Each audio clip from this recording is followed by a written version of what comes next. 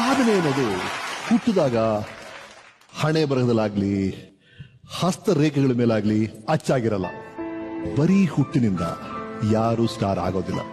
ಹುಟ್ಟಿದ ನಂತರ ನಮ್ಮ ಬದುಕನ್ನ ಹೇಗೆ ಕಟ್ಟಿ ಬೆಳೆಸ್ತೀವಿ, ಕಾಣೋ ಕನಸನ್ನ ಹೇಗೆ ಪೋಷಿಸ್ತೀವಿ ಅನ್ನೋದ್ರ ಮೇಲೆ ಸಾಧನೆ ಅನ್ನೋ ನಕ್ಷತ್ರ ನಮ್ಮ ಬದುಕಲ್ಲಿ ಮಿಂಚುತ್ತೋ ಇಲ್ವೋ ಅನ್ನೋದು ನಿರ್ಧಾರ ಆಗುತ್ತೆ.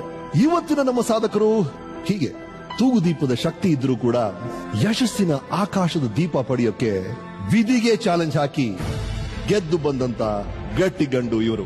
6.0 ರೈಫಲ್ ಗುಂಡಿನಂತ ಡೈಲಾಗ್, 6.3 ಫೀಟ್ ಹೈಟ್ ನಿಂದ ಗುಂಡಾಗ್ಲೇ ಕೊಡೋ ಪಂಚು ಇವರ ಫ್ಯಾನ್ಸ್ಗೆ ಫೇವರೇಟ್.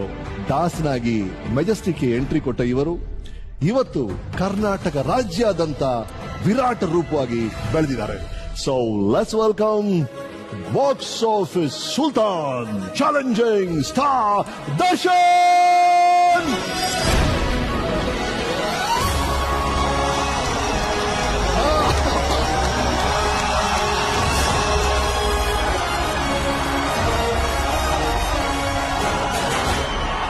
ಈ ಗೌರಿ ಶಂಕರ್ ಅವರ ಬಳಿ ಅಸಿಸ್ಟೆಂಟ್ ಕ್ಯಾಮರಾಮನ್ ಆಗಿ ಕೆಲಸ ಮಾಡಿ ಸಿನಿಮಾ ರಂಗಕ್ಕೆ ಎಂಟ್ರಿ ಕೊಟ್ಟರು.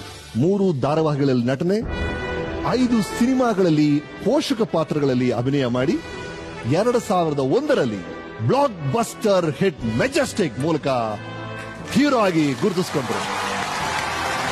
ಅವತ್ತಿಂದ ಇವತ್ತವರೆಗೂ ಬಾಕ್ಸ್ ಆಫೀಸ್ ಸುಲ್ತಾನ್ ಆಗಿ 2006ರಲ್ಲಿ ತೂಗುದೀಪ ಪ್ರೊಡಕ್ಷನ್ಸ್ ಅಂತ ತಮ್ಮದೇ ಆದ ಬ್ಯಾನರ್ ಶುರು ಮಾಡಿ 4 ಚಿತ್ರಗಳನ್ನ ಪ್ರೊಡ್ಯೂಸ್ ಮಾಡಿದ್ದಾರೆ, 10 ಚಿತ್ರಗಳನ್ನ ಡಿಸ್ಟ್ರಿಬ್ಯೂಟ್ ಮಾಡಿದ್ದಾರೆ. ಕ್ರಾಂತಿವೀರ ಸಂಗೊಳ್ಳಿ ರಾಯಣ್ಣ ಚಿತ್ರಕ್ಕೆ ಇವರ ಅಭಿನಯಕ್ಕೆ ಫಿಲ್ಮ್ ಫೇರ್ ಪ್ರಶಸ್ತಿ, ಕರ್ನಾಟಕ ರಾಜ್ಯ ಚಲನಚಿತ್ರ ಪ್ರಶಸ್ತಿ ದರ್ಶನ್ ಅವರಿಗೆ ಸಿಕ್ಕಿದೆ. ಕಂಗ್ರಾಚುಲೇಷನ್ ದರ್ಶನ್ ಅವರೇ. ಅದಕ್ಕಿಂತ ಹೆಚ್ಚಾಗಿ ನಮ್ಮನ್ನ ಬೆಂತಟ್ಟಿ ಬೆಳೆಸಿರೋ ಜನಕ್ಕೆ ಸಲ್ಯೂಟ್ ಹೊಡಿಬೇಕು. ಒಡೆ ಸಲ್ಯೂಟ್.